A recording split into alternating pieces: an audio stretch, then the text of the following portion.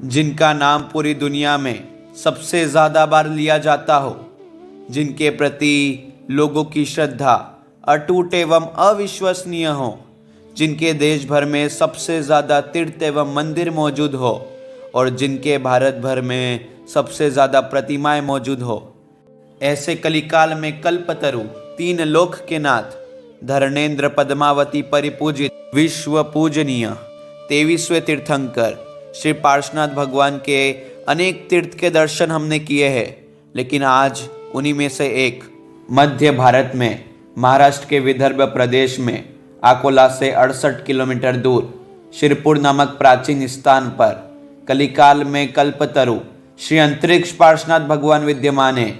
आज हम उन्हीं के बारे में जानेंगे।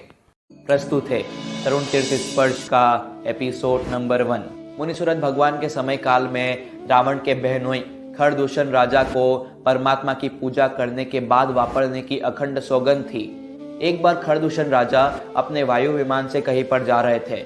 प्रतिज्ञा के अनुसार खरदूषण राजा ने विमान को जंगल में रोका, भगवान की पूजा करने के लिए स्नान किया, लेकिन उनके सेवकों ने कहा कि गलती हो गई, सब चीज लाए लेकिन परमात्मा की प्रतिमा लाना भूल गए। तब खरदूषण राजा ने बालू, मिट्टी एवं गोबर से अंतरिक्ष पार्श्वनाथ भगवान का निर्माण करा।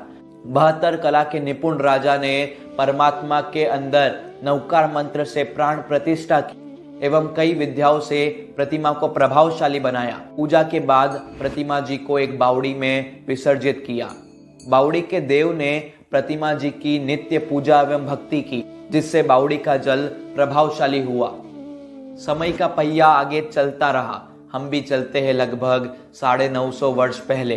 चलपुर के राजा श्रीपाल, जो कि कोढ़ रोग से पीड़ित थे, शरीर में से रस्सी निकलती, दर्द होता, कई उपचार करवाए, कई वैद्य को दिखाया, लेकिन कोई फर्क नहीं पड़ा।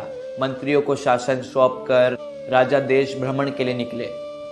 योगानुयोग राजा उसी बावड़ी के नीचे पहुंचे जिस बावड़ी के अंदर स्वयं खरदूषण राजा द्वारा पार्श्वनाथ भगवान पधराए गए थे। राजा को प्यास लगी, राजा ने उसी बावड़ी का पानी पिया और राजा को शीतलता महसूस हुई। रोग में व्यक्ति को अच्छे से नींद नहीं आती है, लेकिन राजा पहली बार गहरी नींद में थे। सुबह रानी आश्चर्य में, राजा गहरी नींद में, राजा को उठाया और गहरी नींद का कारण पूछा। राजा ने कहा कि संभवित है कि ये इस जल का ही प्रभाव है। रानी के कहने पर राजा ने पूरे जल से स्नान किया और कोढ़ रोग पूरा नष्ट हो गया। राजा को बावड़ी के अंदर क्या है ये जानने की तीव्र इच्छा हुई। राजा ने 3 उपास करे।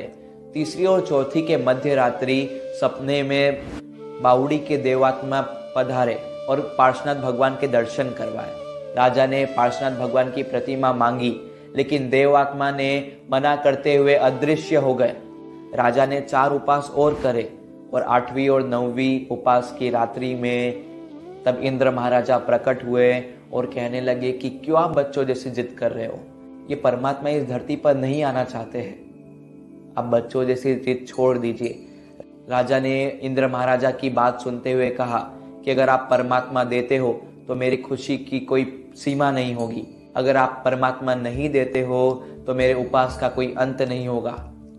इंद्र महाराजा ने इस प्रतिज्ञा को सुनने के बाद धर्मेंद्र देव ने राजा को प्रतिमा देने का निश्चय किया। राजा को कहा कि आपको इस प्रतिमा को ले जाने के लिए कई शर्तों का पालन करना पड़ेगा।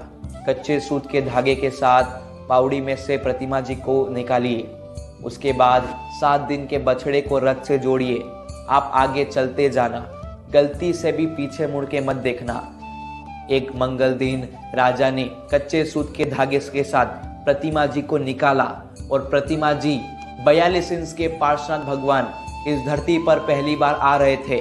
ढोल नगाड़े बज रहे थे, राजा नृत्य कर रहे थे। स्वयं धर्मेंद्र देव ने रथ में अष्टमंगल का आलेखन किया, प्रतिमा जी को स्थापित किया और स्वयं दोनों ने परस्पर प्रणाम करते हुए राजा लगभग 70 किलोमीटर की यात्रा तय कर चुके थे। लेकिन राजा के मन में शंका पैदा हुई। राजा ने सोचा कि 70 किलोमीटर की यात्रा हो चुकी है, इस बीच में मैंने ना तो बछड़ों को पानी पिलाया, ना उनको भोजन के लिए कुछ दिया, कहीं वो प्रतिमा जी को पीछे छोड़ के तो नहीं आ गए। राजा ने तिरछी नजर करके प्रतिमा जी को देखा और प्रतिमा जी 9 फीट ऊपर आकाश में स्थिर हो गए। से उनका नाम श्री अंतरिक्ष पार्श्वनाथ भगवान पड़ा।